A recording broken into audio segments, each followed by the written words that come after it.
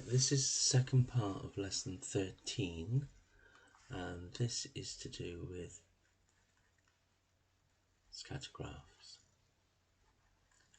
Right, first of all, scattergraphs are graphs where the coordinates plotted on the graph are all over the place. They are scattered, and the idea is to make a correlation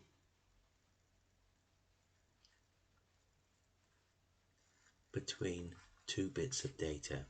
So we have, say we've got, a percentage result of some exam. Let's do maths, and a percentage result of English. Now we try to look for a correlation to wonder whether, if you're good at English, are you also good at maths, or are you good at English and bad at maths? Okay, so you plot all the things like this, and you go, yeah, it's about that sort of thing. And so the better you are at English, the better you are at maths. So you've made a correlation between that. It could be a correlation between anything. The maths result and how many, I don't know, Cadbury's mini eggs you eat or something like this. The more eggs you eat, are you going to be better at maths? I don't know.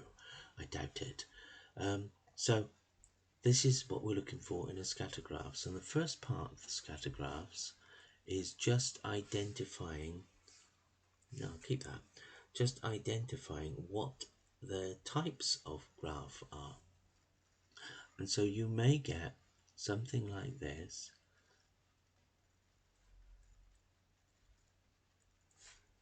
and something like this. They're never going to be in a straight line, otherwise it wouldn't be a scattergraph, yeah? Now, when you're talking about data in graphs, they always go from left to right. The slope goes from left to right. So if I draw an imaginary slope in the middle of there, yeah, it's going uphill. So it's uphill slope from left to right, left to right. Now, so this is called positive. Now, because the little crosses here are fairly close together, we should call that a strong positive scattergraph. Now this one is going downhill, so this is a negative, and again they're fairly close together, so we can call it a strong negative. Then we have the other two, or two more. Yeah. Now this is still going uphill, so it's still a positive, but the crosses are not so close together, so this would be a weak positive. No prizes for guessing what the next one is. Yeah.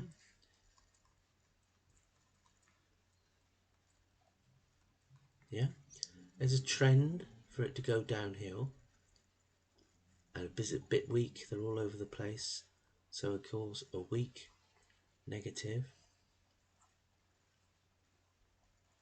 And the fifth one, last but not least, all over the place. We don't know whether this is going uphill or downhill. It's not positive, it's not a negative, so there is none. No correlation. Right, no correlation. So that's the first part, identifying what they are. Now the second part is where you've got to get some information and you create your own scatter graph and you answer some questions about it. So let's do the sides of the graph.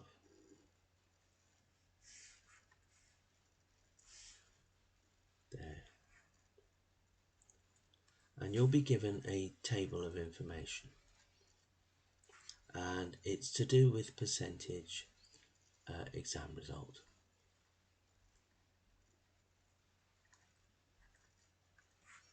Now, so let's draw the table. I won't do too many. Yeah. So we split them into two. This one is the maths and this one is the English. And what we're trying to work out from the data given is there a correlation between the maths and English? Yeah. Okay. So 20, 25, 30, 40, 20, 80, 50, 50, 70, 80, and 90, and 80. Okay, now we're going to plot this, but first of all you've got to decide, doesn't make any difference, percentage maths and percentage English.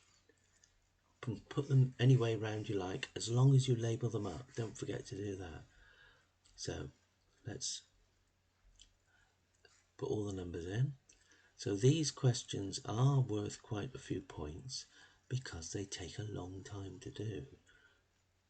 They're not particularly difficult,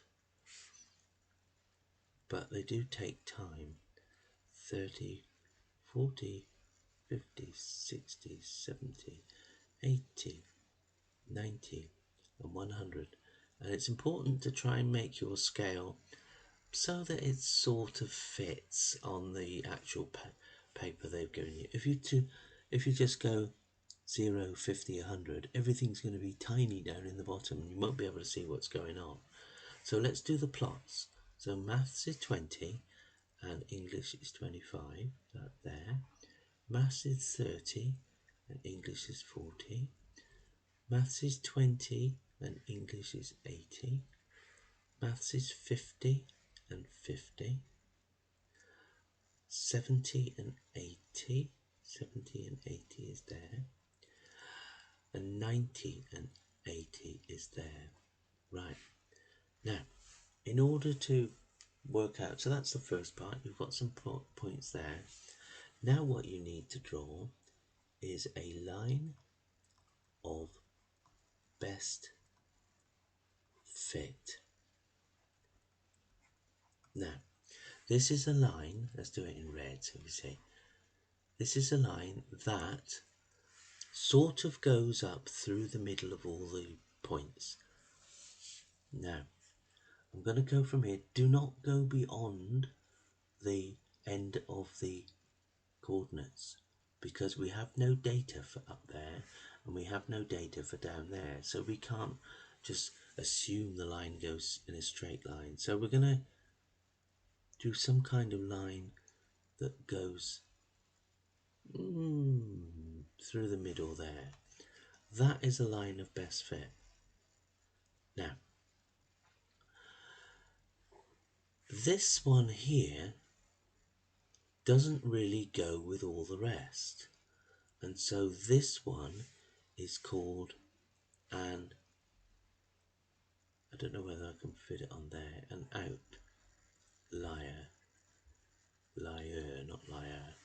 Yeah, it's called an outlier, and it might ask you to identify the outlier, which is this one, which is nothing to do with the rest.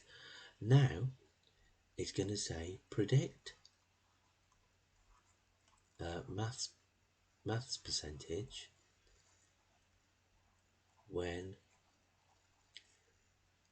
you score, or they score. Oh, what should we have? Let's have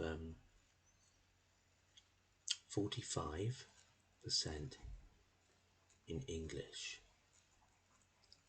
Right, so this is why we have drawn the line of best fit, because what we're going to do with the English score is we're going to start with 45, which is there, and we're going to go straight up until we hit our line of best fit. When we've done that, we then turn the corner and go all the way to the maths, until we come across what we think is the score. So this is a prediction that if you score 45 in English, you go up to the line of best fit and go left, and the answer would be 40% in maths. Now,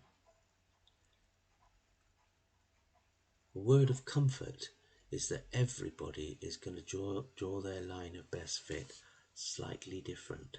So your answer for this part of the question will be slightly different, and they will allow you, as an example, something between 37 and 43. Yeah, a little bit either way, it doesn't matter.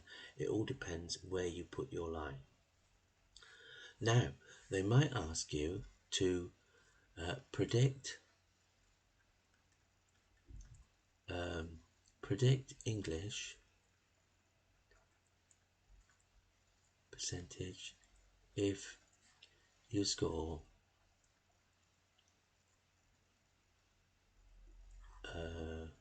10% in maths.